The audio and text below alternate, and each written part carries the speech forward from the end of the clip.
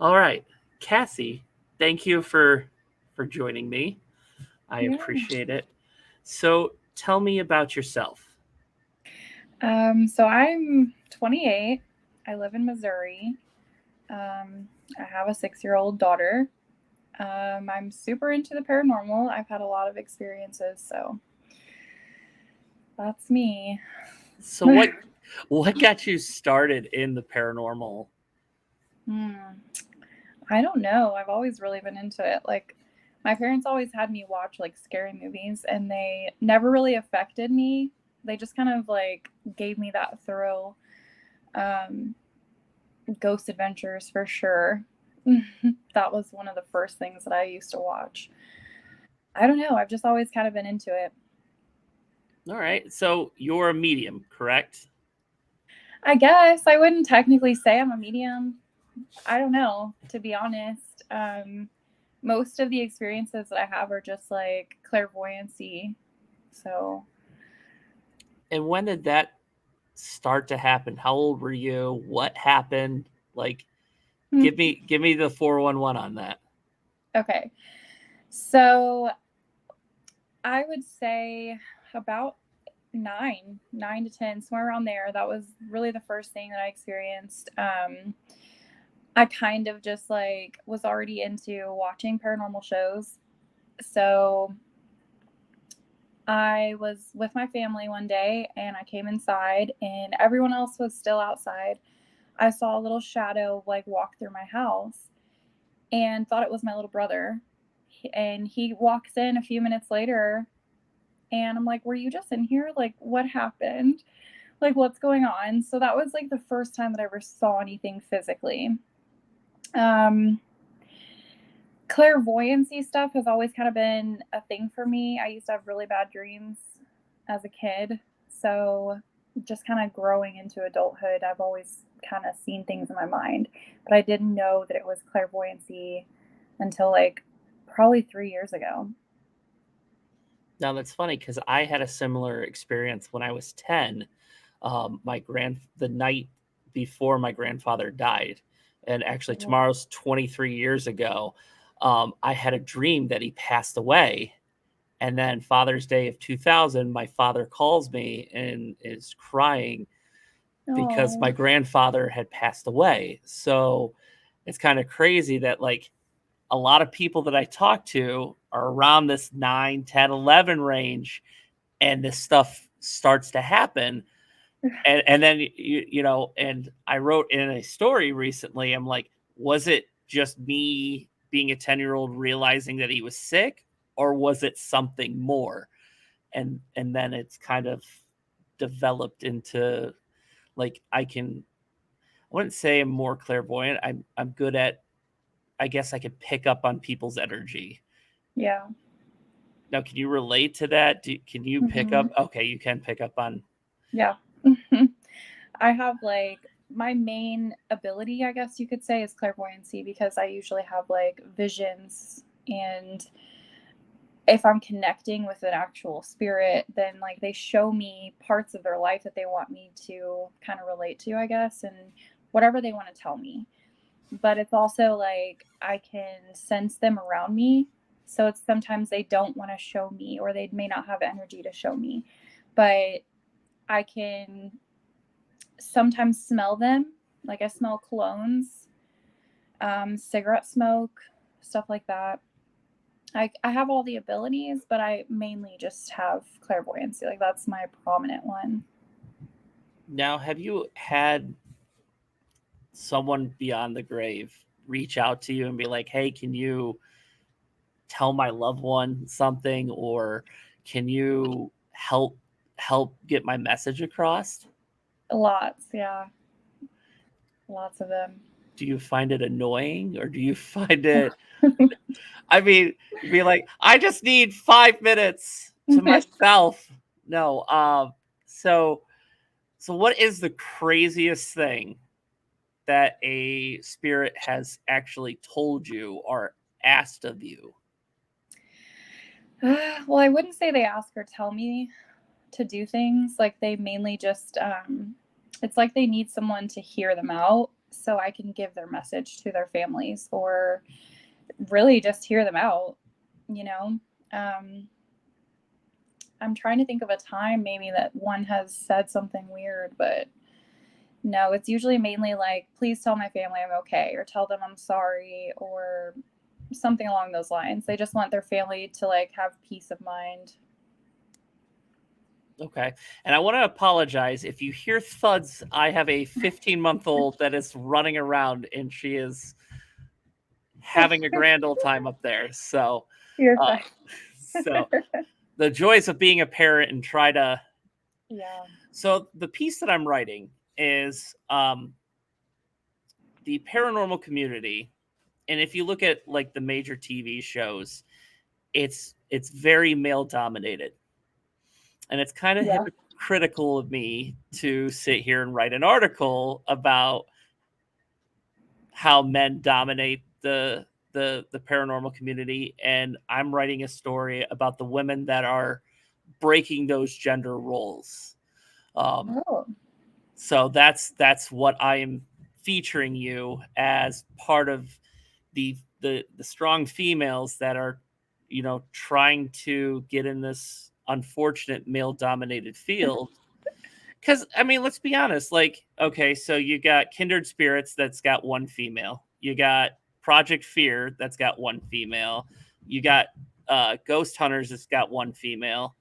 Yeah. Like, like, and then most of the YouTube channels, the major ones, are mostly male dominated channels. But then you got people like Sky, who you were just on her podcast earlier today, the day that we're recording this. She is an up and coming person on Facebook. She's always in the top 5 upcoming creators. She's got over Yeah. 5,000 followers. Like, so I I'm writing this article trying to get your guys' message. I'm using, I guess, my medium, to get my message across. I mean, because I don't know, like I'm trying to not make an idiot of myself right now. Like, so you get like Ghost Adventures that like it's demon, demon, demon, and it's not like it kind of gives the paranormal community like a bad. I wouldn't Yeah. say you know what, I would say it. I'm not a big fan of Zach Baggins. I've never really liked the show, so people are going to attack me for it. But then you got people like you that are actually doing good and actually contributing, and your voice is not being amplified enough. Oh. Well, I don't know. I honestly don't really, you know, I haven't thought about making this like a career. That would be awesome. This is my passion. It's always been something that I've really related to, but I don't know. They do dramatize it quite a bit, and it puts the fear of the paranormal in a lot of people because, especially being like in the Bible Belt, like people just around here, especially, just don't. They can't like relate to it. They think it's like demonic, and it's only because shows and movies do that. Like it's not as terrifying as what the shows make it seem. Right. And it's like there's always something that's very controversial, something that's very skeptical, and then people are like, "Oh, this is fake. This is fake." And then you got you or Sky or Brittany and Lisa or Drew, Christina and Kennedy, all the other the women that I'm interviewing for this piece, and they're actually out here telling the stories of those lost spirits, and your voices are not being amplified. But you got people like Zach Baggins, who I keep bringing him up. He's like the voice of the paranormal community. He's like the big guy, and it's like Yeah. that's not right. Like we need to amplify and put up people like you on a pedestal to speak for the paranormal community, so people understand it's not this big scary thing. Like, now I'm a chicken, okay, and I'll fully admit, like, I screamed like a little girl on my first paranormal investigation. So, which my wife was with me for that, and she's laughing at me. Like, she's one of those fearless people, and it's like, and I think, and I brought this up to Sky. I feel like the spirits tend to mess with men more because we're supposed to be the, the big, but we're not. It's Yeah. the women that are the fearless, like, so what was your first, like, location that you have gone and explored or investigated? I don't really do investigations. Like, I'm really just, I live in a small town, so there's not a lot here to just go and investigate. Um, it's really like I just go to graveyards and cemeteries and hang out until a ghost talks to me, or I could be laying in my bed and one would come in my room, you know?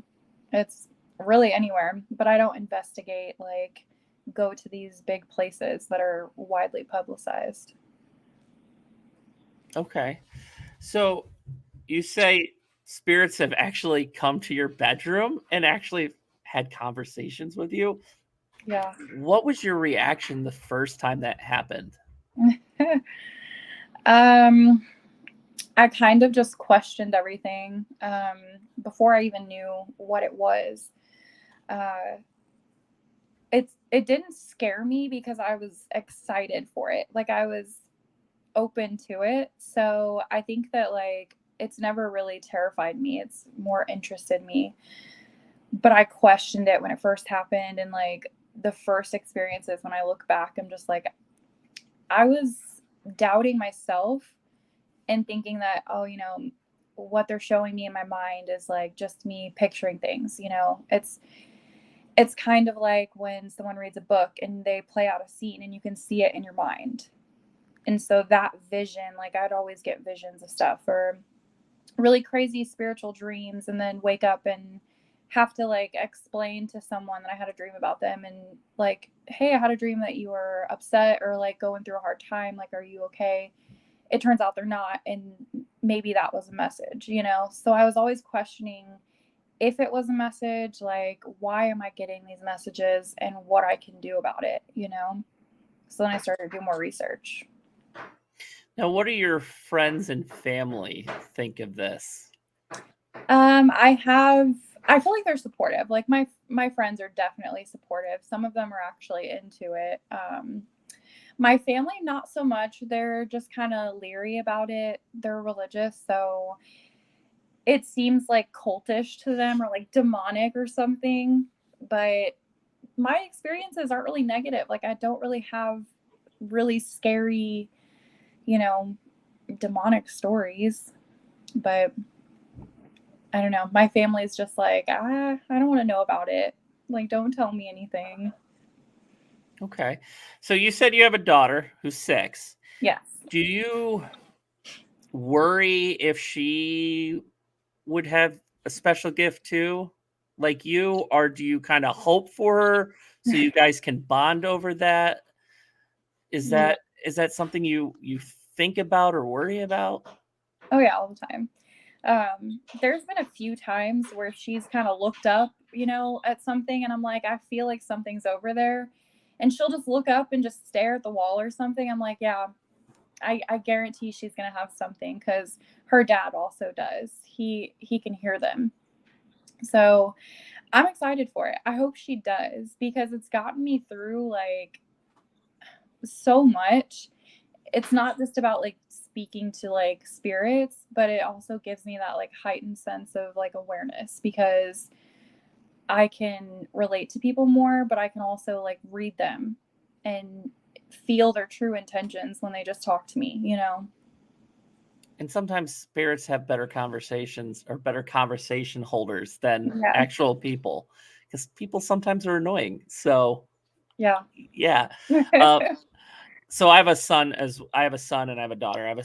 my son's 7, and I actually took him on his first paranormal investigation last weekend. Oh yeah, I saw that. And How was that? he was super excited, scared of the dark, which is fine. So am I. And I'm 33 years old, and I will admit I am scared of the dark.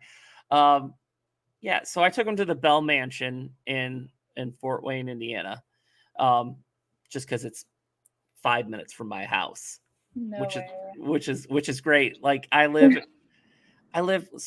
like 40 minutes from the Shabby Owl where Sky goes. Right. I live 2.5 hours from Eloise. I live 4 hours away from Waverly. I live 3 hours away from Indiana State Sanatorium. I live an hour and a half away from Randolph County Infirmary. So I'm like in the Wow. and like there are places not too far from here that Destination Fear is gone, like Defiance High School. That's 45 minutes from my house. So That is like so cool. I'm kind of lucky, but like you said you're in a small town, like what's keeping you from venturing into these big, locations or some of these other places that have such reputations? It's a dream to go to those places. One, money. I am a single parent and I'm doing it all by myself. So it's very hard. But I don't have like a paranormal team to go with me. And I feel like some of these places are like a little bit dangerous. You have to worry about like homeless people and squatters and stuff. And I don't know if I want to go alone. But I think it would be a lot easier if I had a paranormal team to kind of go with and like figure out locations. But there's not much around here. Now, I watched the podcast with you and Sky. You should come to Indiana. We have a Yeah. ton, and when we can investigate together. Yeah. That would be fun. Like do a tour of all the haunted places here because there Yeah. are a ton. Yeah. It sounds like it. Luckies. I know it's there's nothing in Missouri I know. except the Ozarks. That's about it. Yeah. Which is still kind of far away from me. So, but yeah, I'd love to do that. That's a dream of mine. Come. I'm I know. good. I Listen. I get it. I get it. You said single mom. I get it. I Yeah. get it. When you do get the time, let me know. And yeah, we would. I would love to go into these places that I've already been to, and just to see what happens with you, like your interaction with these spirits, because I know what I've experienced, but Yeah. I'm not. I wouldn't say as sensitive as you are. Right. Yeah. I think it'd be a whole different experience with equipment. Like, I feel like it would be a lot more informative because I feel like my experiences only last like maybe 5 minutes. So I'm so excited to use equipment and see what we get. It's I just started buying equipment this year. Um, I had used equipment in the past, like other people's equipment, and I'm like, okay, if I'm going to do this, I need my own equipment. It's not cheap. Yeah. So I started off with the easy stuff. I bought the cat balls because they're like $15 on Amazon, and you get Yeah. like 10 of them, and like you get 2 of them that don't work, but I mean they're a great tool to use, and I love the cat ball because they're just simple. You sit it there, hey, can you make it go off, and boom, Yeah. they're like cats. They like to light up. And but then I got a music box and I got a K2 and I've got thermal cameras. I've got, all that, but sometimes I feel like I'm carrying a lot when sometimes I can just use my instincts or my feelings more. Yeah. That's why I'm kind of jealous of you because like I haven't really like I've seen things happen and I can read people, but I haven't had a spirit just reach out and have a conversation. Like that is in my opinion a more valuable tool than any piece of equipment that you can buy. Yeah. It's better than a spirit box. It's better than, because you're having this open communication, and I'm interpreting stuff on a spirit box, or like the Phasm, or the Phasm app where it speaks to you, or the Ovulus or something like that. I'm trying to interpret, and you're actually having that connection. I feel that's, again, I feel that's more valuable than any piece of equipment you can buy, because Yeah. you can't buy that connection. Yeah. I'm so grateful that I have it, all the experiences that I've had is like people that have been through something traumatic and they just need somebody to listen. But it's very valuable, but I think the equipment just kind of amplifies it a little bit. Like they can, I guess, have a physical reaction to it, kind of validating what I would be saying. I feel like if you go to one of these locations, I'm going to use the Indiana State Sanatorium because it's got such a tragic history. Yeah. Um, I would want to know like what is happening with you when you go in there, because there are so many people that, there was a murder suicide there, there was, Yeah. patient abuse, all that traumatic stuff that happened. People were going there to die during the TB, when it was a TB hospital. So Yeah. like them having you as a conduit to share their message, I would just, I wouldn't personally use equipment. I would just focus on you like 100% the whole time, just to get the stories that are in there. And that's Yeah. why and that's why I do this, is because I want to share those stories, you know? And I'm Yeah. sure that's the same reason that you enjoy doing it. You get to share these stories of these lost souls. Yeah. It's amazing. I'm not sure how I'd be in like a bigger place, with a lot of tragedies, because usually it's just one person that comes up to me and seeks me out. But I think that's what the boundaries are for. And I'm excited. I can't wait to experience something like that. It'll happen. It'll Yeah. happen. It's on the bucket list. So, does that worry you though, like going into one of these traumatic locations? A little. Yeah. I mean, I've never experienced it. So I'm sure the first time is probably going to be a little, hectic. But I think it'll be fine, honestly, because it's what I love to do. And I think that they can sense that I'm not there just to, I don't know, do what Zach Bagans does and kind of just provoke them in a way. I'm actually there to help or listen or kind of be just a messenger.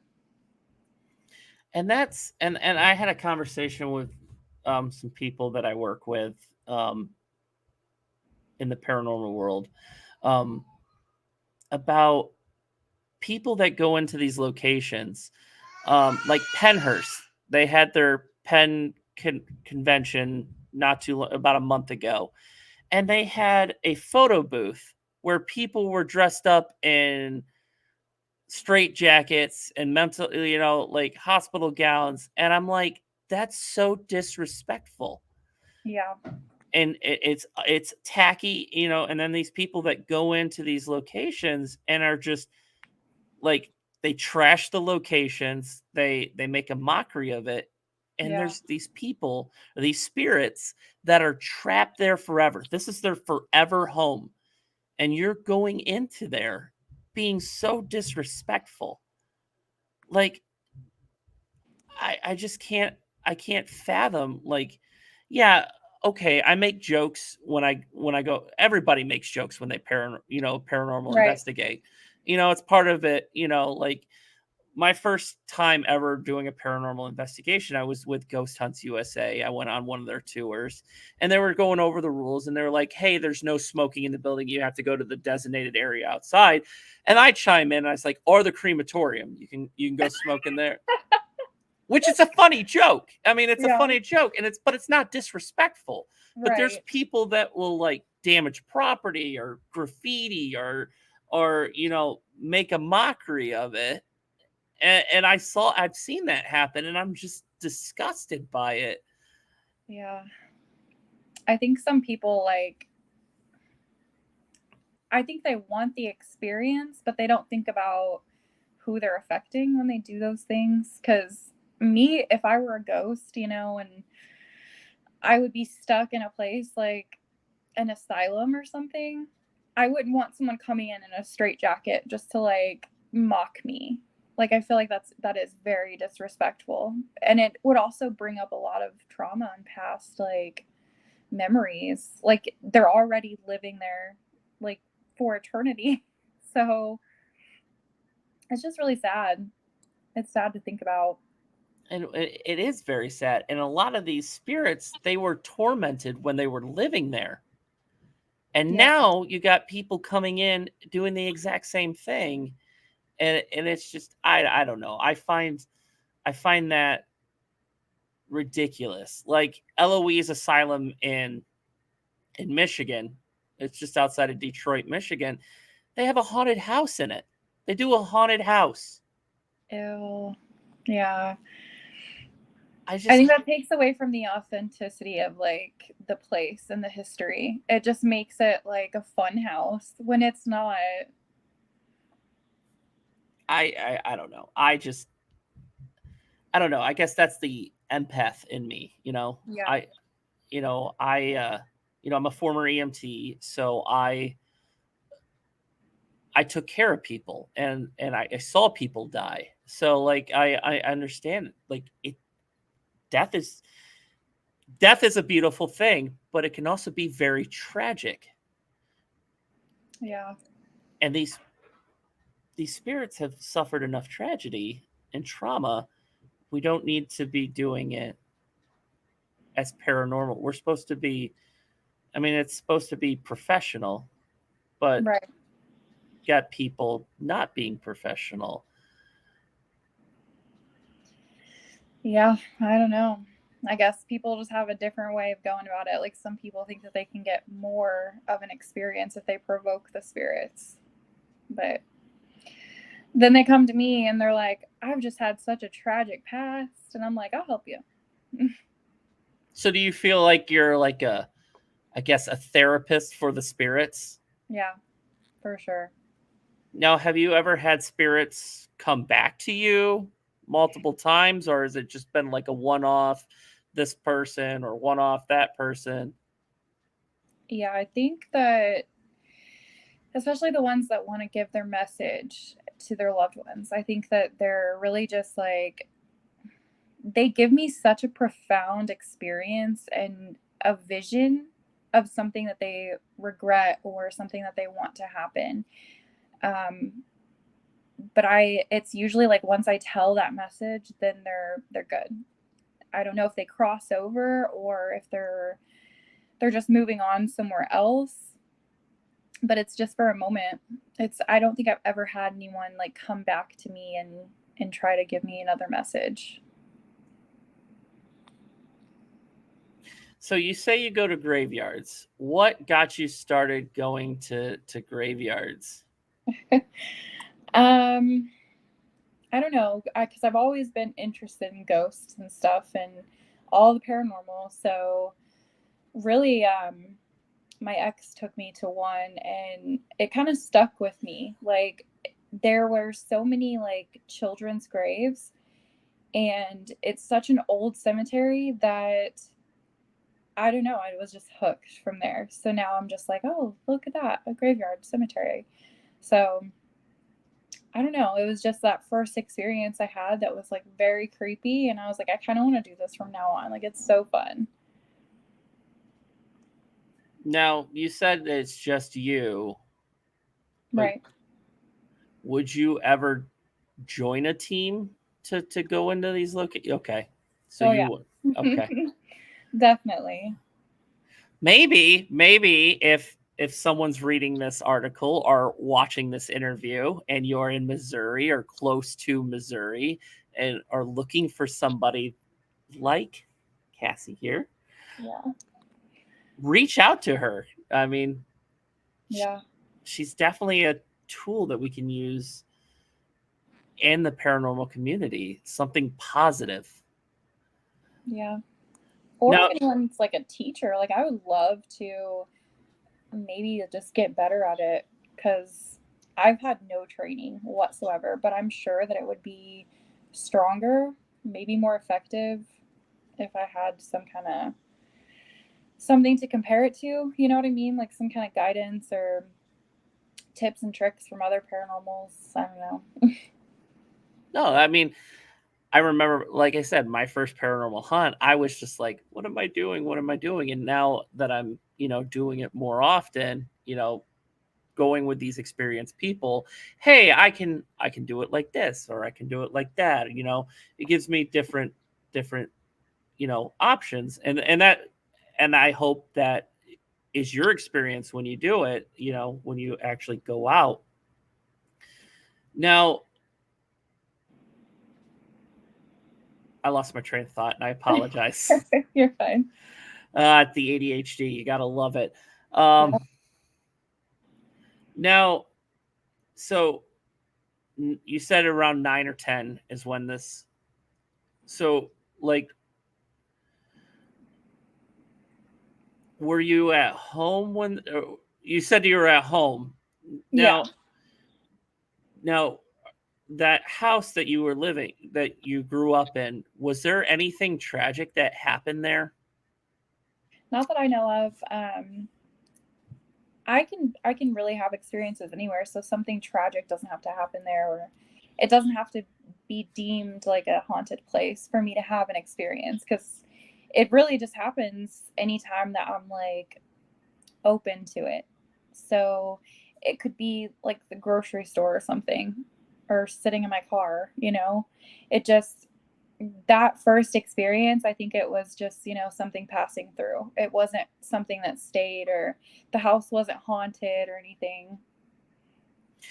Now, have you ever had it happen while you're like at work or something?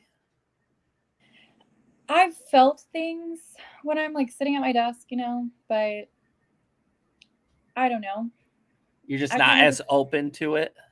yeah, like sometimes, like I mean, before I set boundaries or really knew anything about it, I was just always open, and they would just come to me all the time, and then that's when it started to get kind of overwhelming, and it was very draining. So I was like, I'm not getting any sleep. Like I would wake up in the middle of the night and like see people standing at the end of my bed. So I had to set boundaries and make sure that they knew, like, hey, don't, show yourself at night because I'm not going to be able to sleep for the rest of the night. But I don't know, like it's really just, it's been so much better since setting the boundaries. It's not as intimidating. And setting boundaries is always important. Like I like to go in into a location and I'll be like, okay, so you can, and this is just me. I'm like, you can use my energy, but you can't attach yourself to me. You can't go home with me. But if you need energy to do stuff, you can go ahead and take it, take some of my energy to use. And Yeah. I had to have the conversation with my son, hey, listen, when I'm going to be communicating with the spirits, I don't want you saying anything that I'm doing until you've practiced it with me before we go to a real location, because I don't know. I guess as a father, I don't want something too attached to my son. Like, Yeah. I'll take the bullet and get possessed, but I don't want like my son or my wife to get possessed. No, I Right. assume that's the same case with you. I mean, do you worry that, your daughter starts communicating and then something, like, have you had the conversation about boundaries with her, or are you just waiting for her to come to you? I I try not to talk about it because it kind of freaks her out. You know, she's like, "Do you see any ghosties?" And we just kind of like joke about it a little bit. You know, she does really like graveyards, so anytime we pass by one, she's like, "Let's get out and explore." But so far, she hasn't had anything, and I haven't taken her anywhere like creepy to actually ghost hunt around her. But yeah, if she ends up being into it as she gets older, I feel like, yeah, we would talk about the boundaries. But now I'm more of just like, if we go to a graveyard or something, I'm just like, no, no ghosts follow us home. Everyone stays here. Don't attach yourself to us. But yeah, she hasn't, I don't know. I don't really expose her to it, I guess, because it just scares her. Okay. So my son, I was playing with the spirit box. I had gotten a spirit box and I was playing with it, and my son says, "Hi, are there any spirits?" And it says yes. And then he's like, "Do you want to be my friend?" Before I even got a chance to say anything, and it says yes. It says, and No, I'm like, "Nope, nope." no, To whatever spirits here, no. no. No, I'm setting a boundary. You cannot be friends with Emmett. You cannot touch Emmett. You cannot use his energy. Yeah. I set a boundary, and I shut it off, and I had a conversation. I'm like, you can't do that, because that's inviting a spirit. I mean, they can attach to you and bad Yeah. things could happen. And he's like, is that why I just got a stomach ache? And I'm just like, oh, No. oh, oh. Oh my goodness. It's like, so like, being a parent and try to be a paranormal investigator, it's like hard, because you obviously you want to share your passion with your children, but then on the flip side, this isn't something that's like, painting pictures where, Yeah. this is something that could have serious implications to their physical and mental and Yeah. spiritual well-being. Like, this is, and I'm not trying to scare people, because, going back to what you said, it's not all demons. Yeah. It's not. But there are bad spirits out there, just like there are bad people, and Yeah. some of them want to do harm to us or our children. And and and you said it yourself, like, you're kind of worried about that. Yeah. Like I would now I feel like I don't have to have that conversation with her because I've got us covered. Like I have the protection around her house, and anywhere we go, if it's somewhere that I feel the energy or I have a vision or something, I push it out and I'm like, listen, now's not the time. She's with me. Like, we're not doing this. Come back later. But it doesn't happen often. I feel like they respect the fact that she is a kid. I don't ever have like super negative experiences with it. Just burn some sage, Yeah. couple of white candles. Last time I burned sage, I woke up outside on my front lawn. So I don't know. That's a joke. That's a joke. Oh No. my goodness. Yeah. So, like, the paranormal world is so fascinating, because it's not like, okay, so the investigations have been around since the 70s, okay? So it's still like a fairly new concept, and obviously there are a bunch of skeptics out there. Like, wh- and, you said your family's a little bit skeptical because of their religious belief. What would you say to people that are skeptics? I don't have time to prove myself to anyone, So if they don't believe, that's on them. They'll find out eventually one day. But to my family, I'm just like, it's crazy that I had this experience and that it, affected me so much where I cried with the spirit. We cried together and we felt the feelings together. And then I end up messaging one of their family members and they kind of corroborate the story. It's wild that it just comes full circle. And it, like I said earlier in Sky's podcast, you know, sometimes it doesn't make any sense to me whatsoever, but it makes sense to the other person. But for skeptics, like, some people just aren't going to believe, and maybe that's not for them. But I'm not here to like prove to anyone anything. I just want to be able to like advocate for the spirits because that's kind of what they need. They do. We are storytellers. Paranormal investigators are the storytellers, and we're out here telling the stories of these souls. And I've said it a couple of times in our interview here, like they. So I'm going to go back to Indiana State Sanatorium because it's the location I've been the most. This place shut down in 2012 and was abandoned for like 10 years. It was like 2010 or 2012, something like that. It was shut down for 10 years. Right. With nobody going in there. And then all of a sudden, you've got all these paranormal groups going in there. And it seems like they just want to share their story.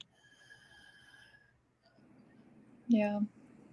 So I don't get when people, mock the paranormal community. Like I've had coworkers of mine at my full-time job mock me, and I'm like, come to an investigation with me. Come. Yeah. I'll pay. Come investigate with me. And I've had people say, okay, you're crazy. And I'm like, that's true, but that's not related to the paranormal world. Yeah. So maybe we are crazy, but that kind of, it gives the ghosts a voice, you know, that they need someone to have compassion for them too, because they were once here.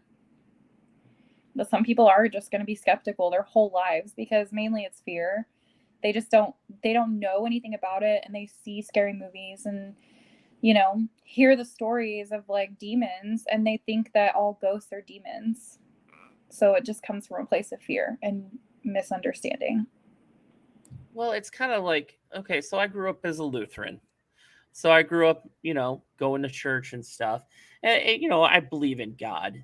And I'm not going to get into a religious, conversation here, but it's kind of taught like you go to heaven or hell, but there's also purgatory. Yeah. So it's like these people in purgatory did something wrong that they're in purgatory, but that's not always the case. No. And then my argument to these skeptics is energy cannot be created or destroyed. So what happens to our energy when we die? It doesn't just not exist anymore. Yeah. I feel like they can't comprehend that though. They're just like, oh, once we die, we die. And then our spirit goes either one way or the other. But there is an in between. And the paranormal community has lots of proof of this.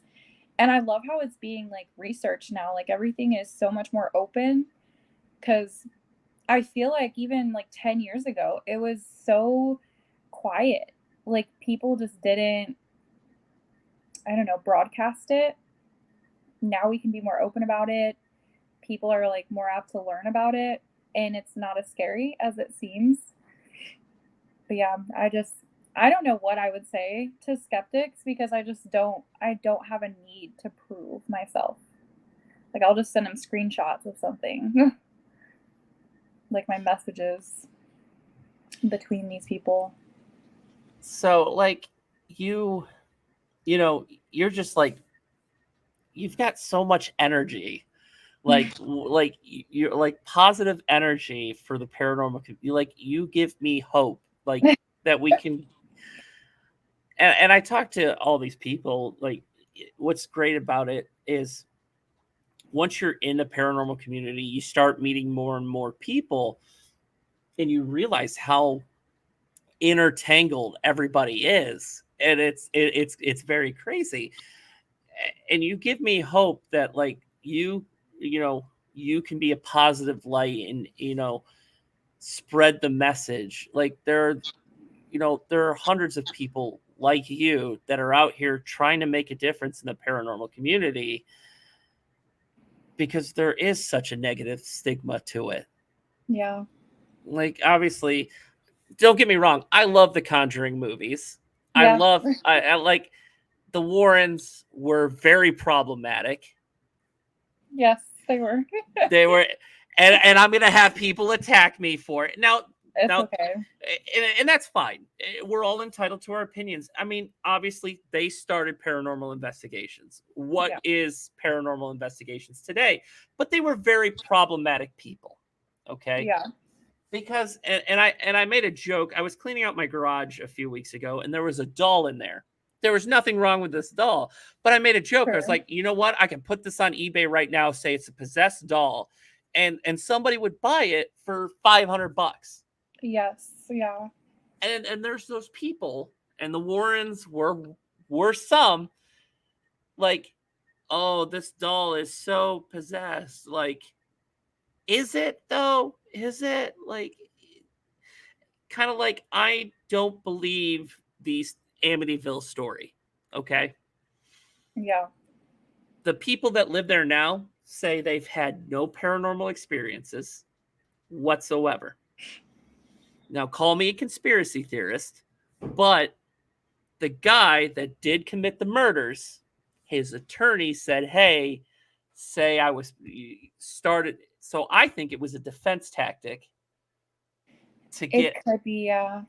to and they paid the family to go in and live there and say, "Oh, it's haunted." But you go there now, the current owners have said numerous times, "We have had no paranormal activity." So, if something were in that house that caused the guy to murder people, then it would still be there. It's not gone. Yeah. So explain that. You can't. So these problematic people who get tons of attention, it's always the problem. Zach Baggins, the Warrens, the Amityville story. It's all these problematic people. And then you got people like you, Sky, and all the other women that I'm interviewing for this story that are actually out here doing positive things, and their voices aren't being heard. Yeah. I Now, have so many mixed feelings about the Warrens. Like I'm not sure to if I want to believe it or not, but they have a lot of discrepancies. Like and they've said themselves like that so like I don't know if it was them or like their family, but it was very dramatized and it was blown out of proportion. Like they make the movie scary for a reason so people can be scared, but that's not actually how the story went down or what happened, you know. and And I love the movies. Don't get me wrong. me too. I love. Yeah. I'm excited because there's more coming out, but that's not how paranormal is. Yeah. But that's how a lot of people see it, especially the skeptics, you know. They see a scary movie and they're like, "Oh, that must be how people see ghosts." Like we all have different abilities that we use and it's not scary. It may have like very traumatic sad stories, go to these crazy places that have all of these things happen, but it's not as terrifying as some people think it is because of the movies or because of the Warrens. You know, the Warrens were they were like, you know, Ed was a demonologist, but he didn't have any spiritual gifts. So he was just out here like making a mess of the spiritual world, creating all of this stuff and like Lorraine had some kind of gifts, but I don't think she was a medium. I think that she, if she was and she had these spiritual gifts like she had claimed, I feel like she was just only experiencing negative things. So it's kind of hard for me to believe them because I have the same things happen to me, but I don't have any negative experiences because I'm grateful for it. But I don't know. But why were their notes never published? You know, what are the true stories? What really happened? Now, I have a question for you. Now, obviously, Lorraine really was in the spotlight because of her husband. Right. So why is it that all these men in the paranormal community that are problematic get their voices heard? Why do you think? I really think that it's because the fear part of it. They want people to feel the fear of it. Like, especially Zach, he's always been kind of like provoking the spirits and just like making it seem so scary, which it is when you're in the moment, but it's not that scary. Like, there's no need to scream and run for 30 minutes or like, who's to say that doesn't happen? I don't know. But I feel like it's really just because they want the fame of it, so they publicize it more and they make it seem worse than it is. Now, I will say the screaming and running is legit because I screamed and ran when so I was in the nurse's station at ISS, and there's a linen closet, and this white mist spirit, like this apparition, comes out of it and walks right past me. I screamed like a little girl. Okay. If I get my wife down here, she'll be like, "Oh, it was the most funniest thing ever." He screamed, and everyone was laughing at him.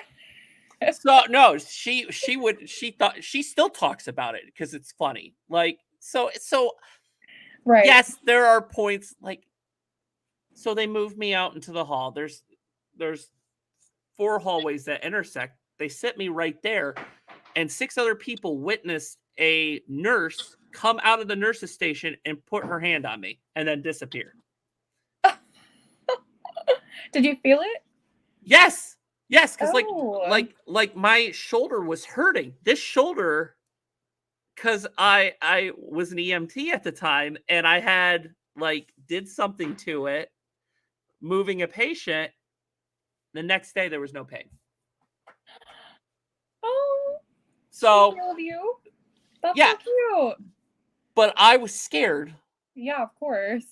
Like so I'm giving him the benefit of the doubt that yes, there are fearful moments in it because you don't know what's gonna happen, but they dramatize it Every because episode, it's like there has to be a hook for people to be so into it. And they get more views if it's like something wildly scary, you know? Like, oh, this is the night I almost got possessed, or this is the night that, somebody scratched me 3 times. That's going to get more views than someone like me posting a story like, oh, I talked to, you know, this person and we had a good moment and it was so happy that we cried. Like, no one's going to want to hear that. It's just the fear part of it. Everyone likes to be scared. rating sells. That's what it is. Now, Yeah. have you thought about like starting a blog or some kind of like writing your stories down and sharing these stories? Have you thought about doing that or Honestly, no. Like, I've thought about starting a podcast of my own and sharing the stories, but I don't know. I do feel it? like I feel like I don't have enough to share though. Like, stuff happens to me and I kind of just like put it out of my mind, and then, it's not all the time that I have like a really big story and happy moments and all that. Like, sometimes it could just be someone passing by and I would catch like their scent, or I would just feel something shift in the energy in the room. So it's not always like I have a long story. That's why I say like do a blog. Be like, hey, so nothing's happened, and then today, like this weirdest thing, I was doing this, and all of a sudden I smelled this perfume that I don't have. Like, where did it come from? Like, I've tried communicating. I don't know. I find that stuff interesting. But then Oh, again, I write for a magazine that, yeah. that's what it is like paranormal stories, like, and that's why like when I saw you on Sky's post that you've had these experiences, I had to reach out because I want to hear these stories, and I know my readers, they want to hear these stories too. because Yeah. the people that buy the magazine are the people that know that it's not always demons or evil spirits. It's, Yeah. you know, somebody's grandma, somebody's grandfather, someone's mom, sister, brother, dad. They just want to hear a story, they just want their story shared. And I Yeah. find that so fascinating. Like, I don't know. I'm the type of person that would go to the mall and just people watch. Just Yeah. and be like, "Oh, that person." Sometimes I, make fun of them. You're like, "Oh, look at that person." But I mean, we all do it. But like I always wondered, "Oh, what's their story or what's their story?" And now you've got a captive audience. You got these spirits that are coming to you and and saying, "Hey, this is what happened," or "Can you say this?" or "Can you share this message?" Like, that's awesome. Yeah. Like, and then you got, "Oh, we got a demon house coming up at 9 o'clock tonight." I don't know. I just sometimes the paranormal community like makes me laugh, and other times it disgusts me. Yeah. Well, they have been at it a long time. Like they've made it. They started out on YouTube, now they're on the Travel Channel. So I don't know, but they've had a team from day one. Some of us don't have teams. Some of us are like me in a small town with no real haunted, creepy places. Sky Solo. Yeah. If I was in Indiana, we would totally have some kind of team set up. We have to schedule a time. Yes. Like, you come out here, like, I'll take a week off, I'll take a week's vacation. Like, we'll Sky, you, me, and we can get a Yeah. couple other people, and we can go into these places. Like I said, I want to know what's happening with you, because Yeah. I know these places have spirits that want to communicate, and they communicate with the cat balls, they communicate with the music box or other, trigger devices. But like I said, you're a conduit to share their message. And that's why, I wanted to write about you. That's why I want to write about Sky, you know, and all these other women, because you guys are what's right in the paranormal community and what we should be focusing on in the community instead of demons. Like, don't get me Oh, wrong, there are demons.